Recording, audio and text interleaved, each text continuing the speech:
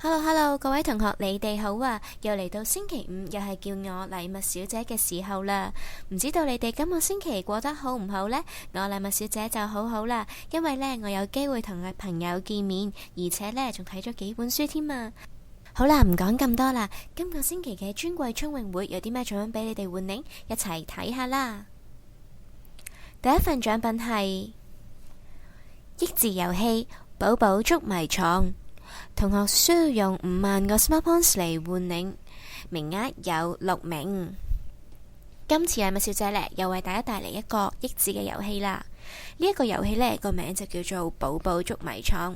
另外呢，入邊呢仲有唔同嘅動物會出現嘅。咁呢個遊戲係點玩嘅呢？同學呢，需要先將遊戲卡放喺遊戲盤度，然後呢，就喺遊戲盤入邊鋪上4塊小積木，覆蓋住遊戲卡上面嘅躲藏者，即係動物先至為之勝利噶。喺同一個題目入邊呢，可能會出現多種嘅解決方案嘅，所以呢，如果你想同你嘅朋友一齊玩下嘅話，咁就即刻用 Smart Points 嚟換領呢個寶寶捉迷藏嚟玩下啦。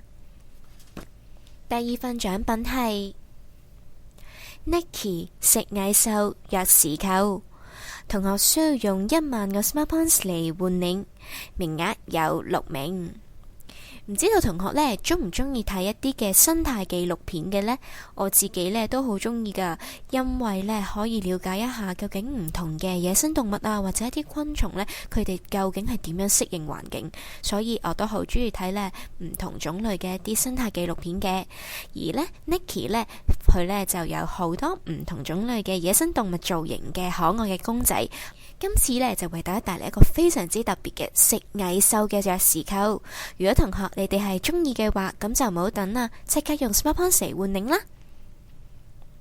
第三份獎品係 Magic Puzzle Sphere 立體地球儀，同學需要用4萬個 Smart Points 嚟換領，名額有8名。